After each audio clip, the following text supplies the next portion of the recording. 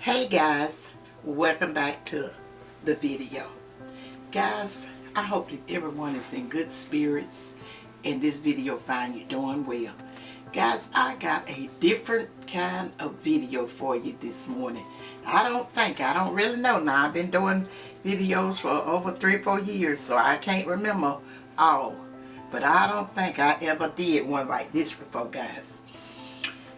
And the reason that I'm doing this video, and let me tell you the title of this video.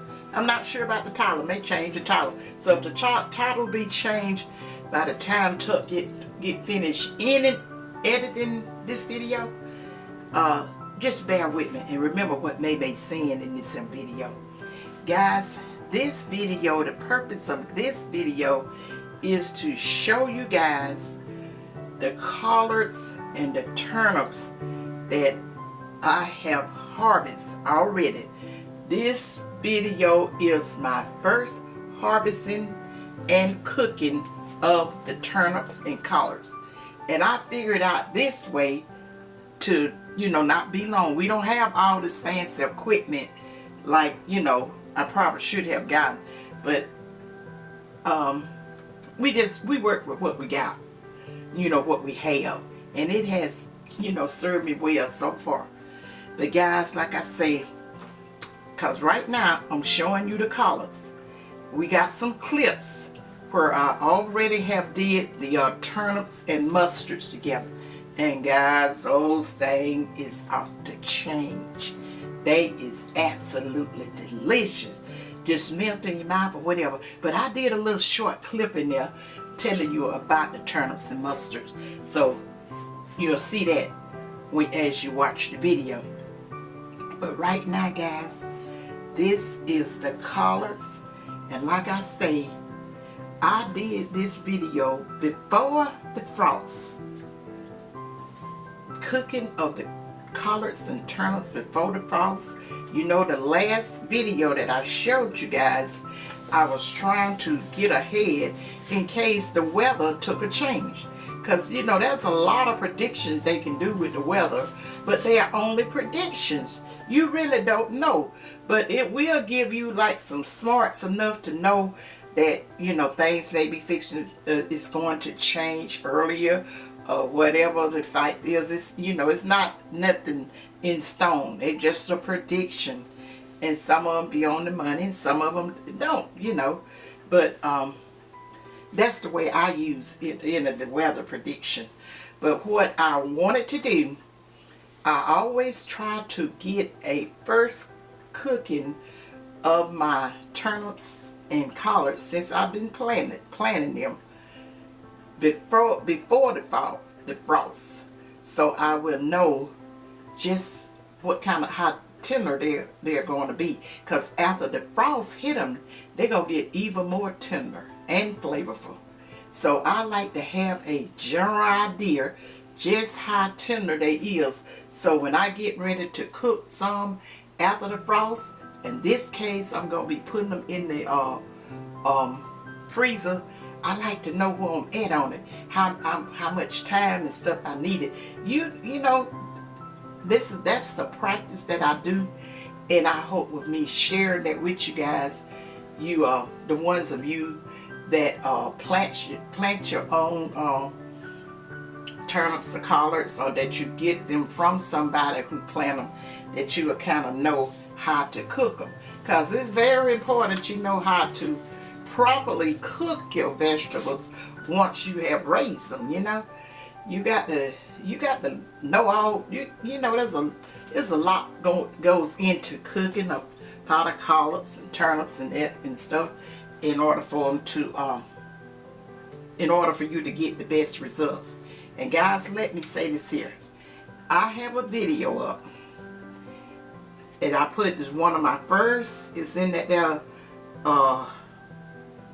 little section of first videos I put out, and it went off the chain for me. It wasn't one of the things that helped got me on the map. The name of the video is called fried collard greens. If Tuck know how to drop links and stuff, I would put the link to that video and so you can go back and view the video. But since he don't, what I'll do is just tell you guys to look for Maymay's. Just go to my page, and it's probably gonna be in it's gonna be up under one of my most popular videos. I don't know the oldest videos. I haven't checked in a while to see which way it's categorized or how it's listed amongst my videos, because I still haven't got to do a playlist yet. But guys, what I want to tell you, I cooked the turnips.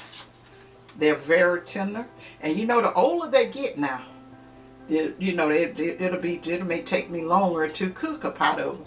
I will kind of know that, but the frost, I don't know. You don't never know how the frost's gonna be. If you're gonna have a heavy frost or a light frost or whatever, and how many days it gonna last.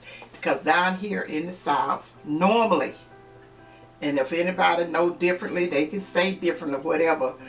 Over in November, even when I was a child, about before Thanksgiving or whatever, you're gonna experience some before frost weather. I'm just talking back from over 60 something years ago. You're gonna have that little cold weather.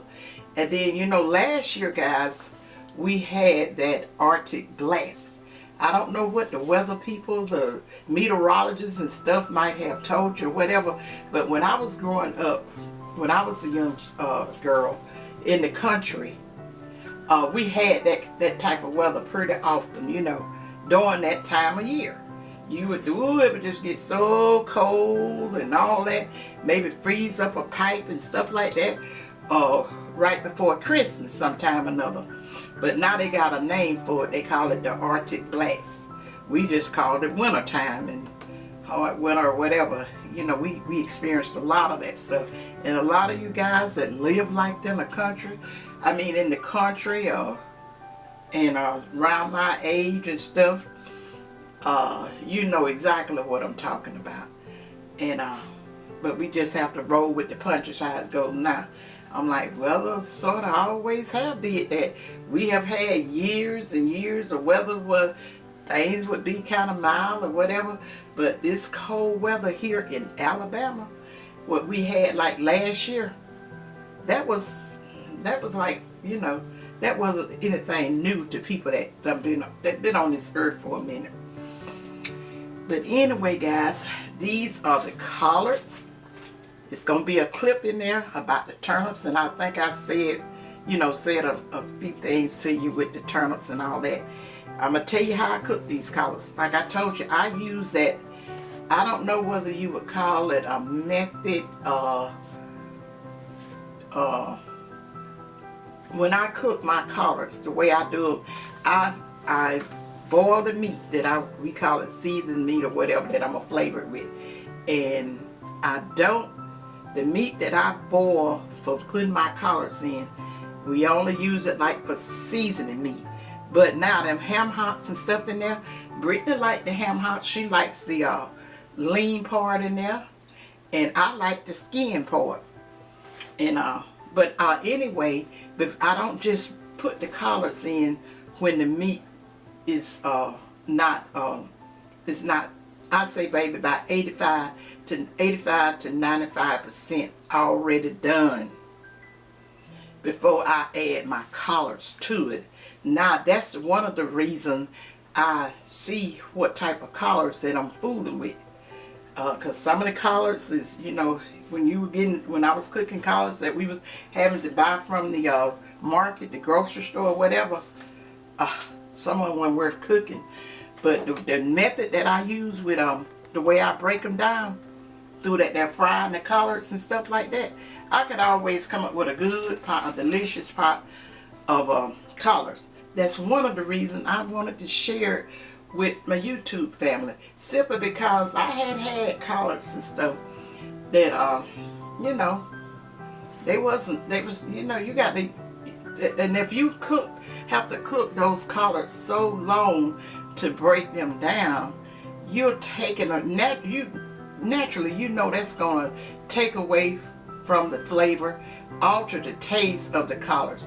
The less time that you have to cook the collards, the best results.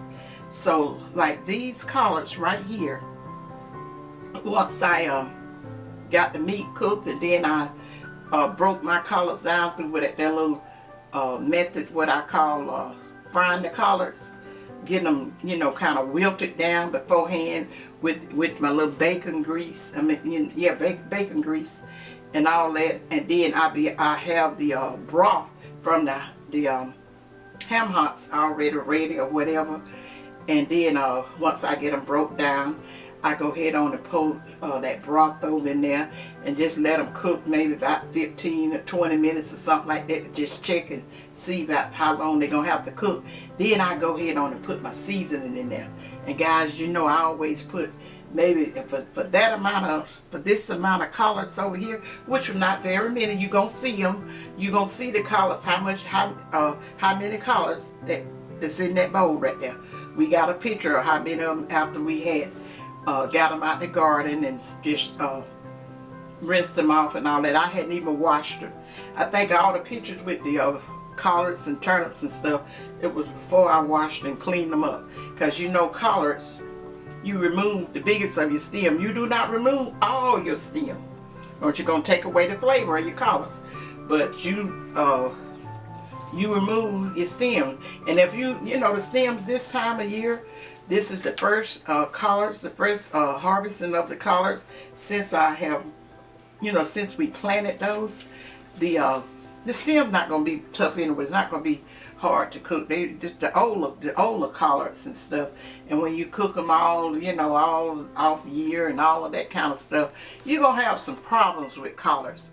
That's the reason May do not fool with collards. This is coming from my childhood, and I'm sharing this with you.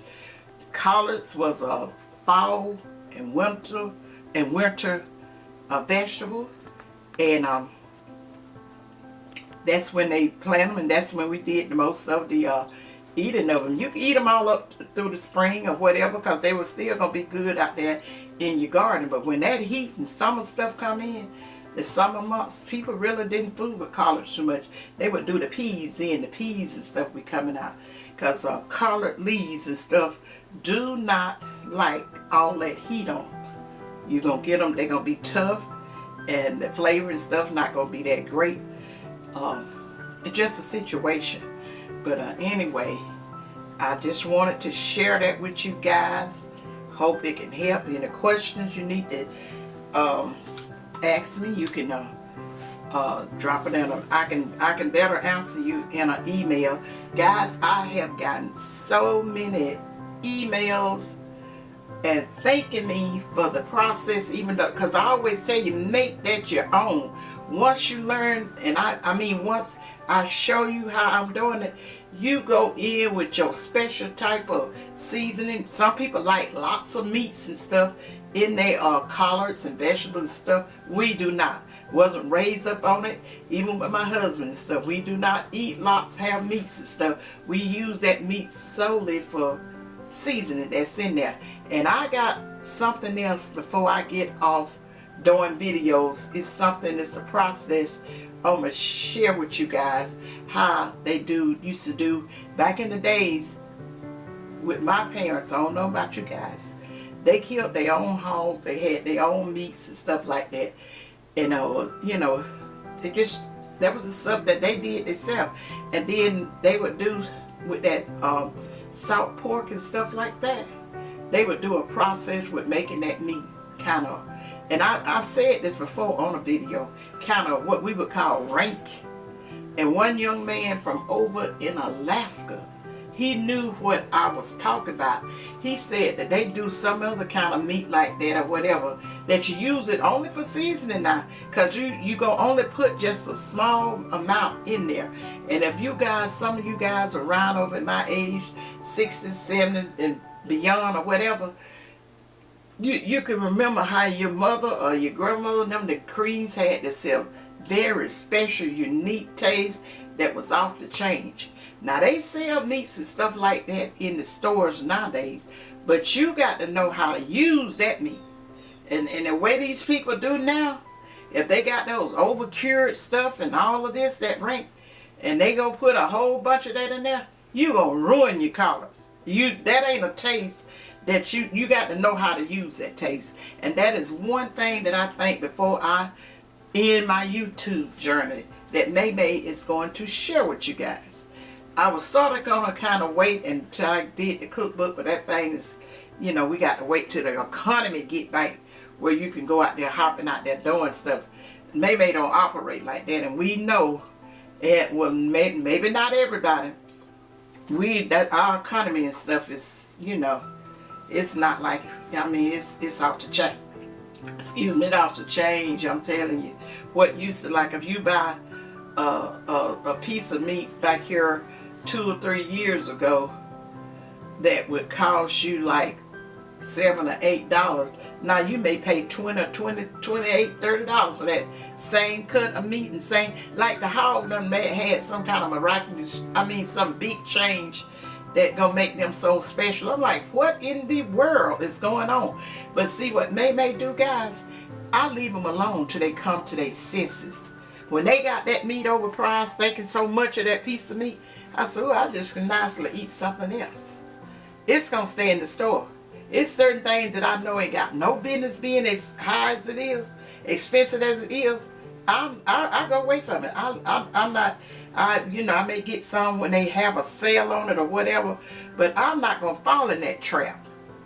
I'm not gonna fall in that trap. That's an awful trap, and especially with the tax and everything else, the cost of living going up, and then they gonna take advantage of us and mistreat us with the food and stuff, the essential and necessary stuff we have to stay in line. They be outrageously expensive with it. Maybe I don't need to talk about this. I can't get the words and stuff out. That's I just want to share that with you guys. But anyway, guys, this video is on the first frost of the cooking of the turnips and mustard. And to the ones of you that know that I had said greens a lot tenderer after the frost fell on, and I had missaid, I was getting frost and freeze messed up over in there, because I wanted, what I was trying to tell y'all, instead of saying frost, if you have a hard Arctic freeze like you have, like we had, and them, you know, that it's probably gonna take your vegetables out. I know my collards last year I had out there in the grow bed, I've had to break off the biggest of it. It was gone. They was wiped out. But I broke all of those leaves and stuff, dead leaves off, and it was a few of them that tried to come back. But that, it really kind of like took them out of freeze like that. But anyway, I'll be talking more about it to you, with you guys in the future. But I just wanted to share this with you and show you our pots of, I mean, the first cooking of our collards. Now remember, these are before the frost, and these collards are already tender. Oh, they're so tender and good. I wish you could smell it and taste them. You would want to go back to the 50s or 60s. But anyway, guys, I'm going to go ahead on and end this video.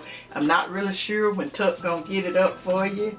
And when you get it, you know, if you have any comments and stuff that you want to share with me, and if I misspoken in this here, I'll straighten it up in the videos. But I'll be trying to get ahead of the camera cutting off to make the process of editing this video not be so hard on Tuck, because I don't, you know, I don't edit at all. So I do be mindful of the work that he put into the videos, and appreciate it to the highest. And if he learned some type of equipment that we can get to make things better for him, because I went head on and got that phone, that telephone, that iPhone that I'm paying for nothing, and Tuck don't really like editing on that. Now Brittany will take it and she'll whip it up, but we people of a particular age just can't be doing all that there mess, and they try to make it just as hard as and unnecessary as they possibly can. I don't know why they do that. But anyway, guys, I'm always going to shout out my daughter, Britt Simone, and her channel until she say, Mama, I don't want to do that. But I shout her out, and I thank the ones of you guys has been going over viewing her channel. Her subscribers is growing slowly or whatever. But when you don't never know when she may get a chance to start putting up more videos. I think you will thoroughly enjoy her videos and the ones that she have up, because I have just about talked her into it, guys. And I think somebody else on the birthday videos where she do that live for me, because you know that's the only live I ever have on my channel, is when she do the birthday giveaway videos. And she was telling them she was gonna try some of that those little keto recipes like she share on her channel. Guys, that stuff is good, and I know I need to just kind of try some of that too. Yeah, if she start doing the keto videos, I don't know which one she gonna do or which one she gonna share. Try it. It is really good, and it just make you feel lighter but satisfied. So okay guys, that's all I got to say. And Tuck told me to remember to say subscribe and share out my videos. I really would appreciate it. I appreciate it to the highest. And then in the comment section, guys, the ones of you have planted collards and turnips and have already cooked some, and if you haven't already had frost or cooked it before frost or after the frost over in your area, because I like here in Alabama we haven't had a frost yet, the first frost. Share whatever information you would like to share with me. And guys, remember what May always say, you guys, to think positive and use your common sense. And May love you guys. And bye. Bye, you guys. Okay guys, this is the first harvest of the collard greens, and I already done did a video on the turnips, and I think I'm going to include all of this in one video. Guys, now these collards, I didn't show you the amount that took at harvest, the big gigantic leaves. It didn't even put a dent in the collards that I have in the raised bed. That's the only one we got those out of. I just wanted to sample these collards before the frogs come in to see just how tender they are, how tender and what the flavor is before the frost, and then I know just what's going on with them after I harvest some, after our first frost. Hopefully our first frost is not a hard freeze like last year. What was it? We had an Arctic freeze. Excuse me. That was something different from the forest. It really killed off the greens. So that's the reason I'm kind of working with cautious this year. So this is the amount of greens he got out, and I'm going to cook them in some smoked meat. But let me back up just a minute, guys. Now I got a video up, and I don't know how to drop a link, but Brittany know how to do it, and I may get her to insert the link to the process of me cleaning and washing and how I cut up my collards. First off guys, Tuck do the cleaning process, but I come over in the video and tell you I might do another one of those videos later on, but May is not the type to just keep on giving y'all the same thing over and over and over just to be making a video. I'm not gonna do that. That's not me.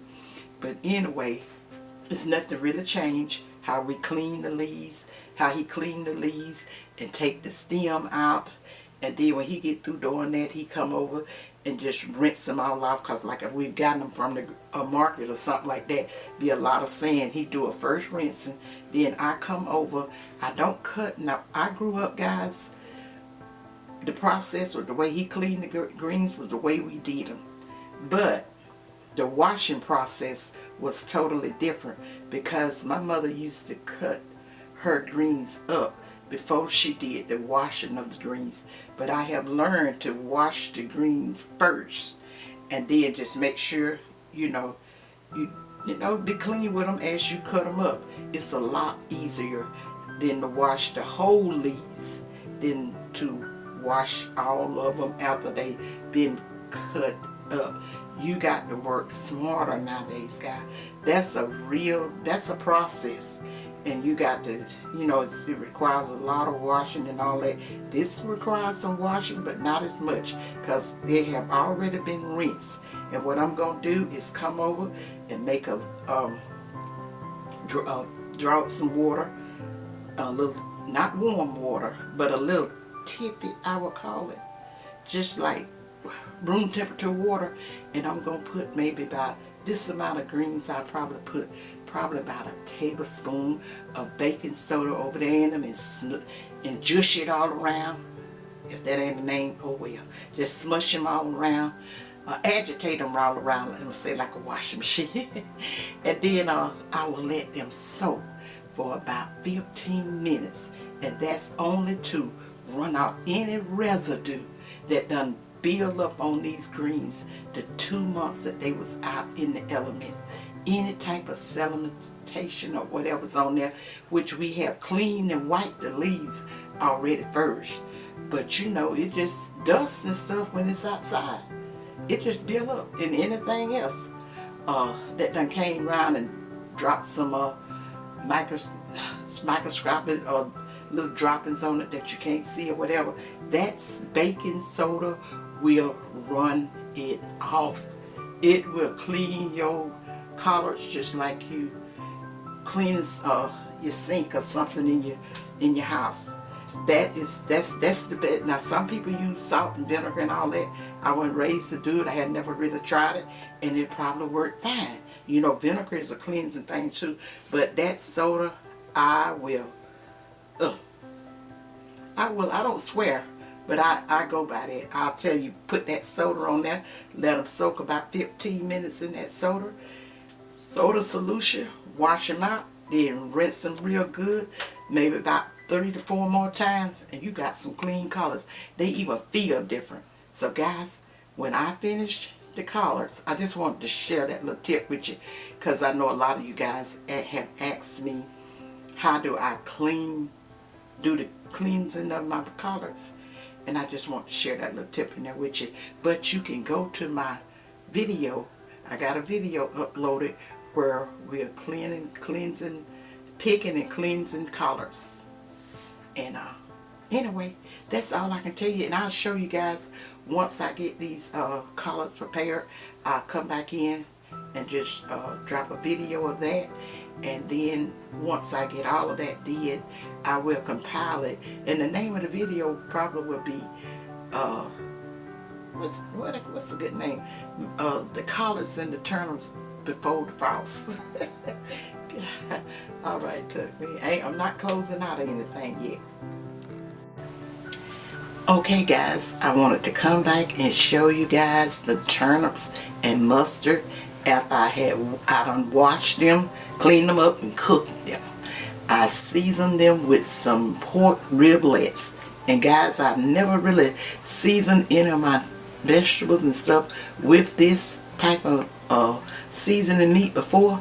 But when I was in the grocery store, I wanted some fresh pigtails and I could not find them.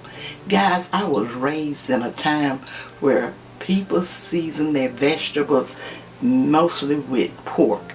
I don't have anything to say about the ones that like the turkey and the chicken broth and all of that. More power to them. So don't come trying to step on my toes or knock on my door and tell me what's what. And if I'm going to take any healthy advice that I haven't taken from my parents and any of the elders, I take it from my physician. So anyway, I seasoned these with some pork riblets, and guys, these greens are delicious. I can tell you, and if you were nearby, I can show you, they melt in your mouth. And I don't have, and as you can see, my family, even my siblings and stuff, we had never put a whole lot of meats in our vegetables. Or do we put, when we fix our dressing, we do not put all of that chicken and turkey and all of this in it. I do not season my food like that, guys. But you season your food like you like. People that don't, I've noticed on these videos that I watch and looked at some of the comments, if you're not doing that stuff like they're doing it, they have a problem with it. But I was raised, that's your problem, not mine. Not affecting me at all. I use pork riblets and I put some jalapeno peppers in it, and they have that peppery taste, and they're so tender and mild. You may think like it's a clear. May you almost cook some spinach that's so soft and tender, but the turnip flavor, the turnip and mustard flavor, you know mustard is an outstanding flavor.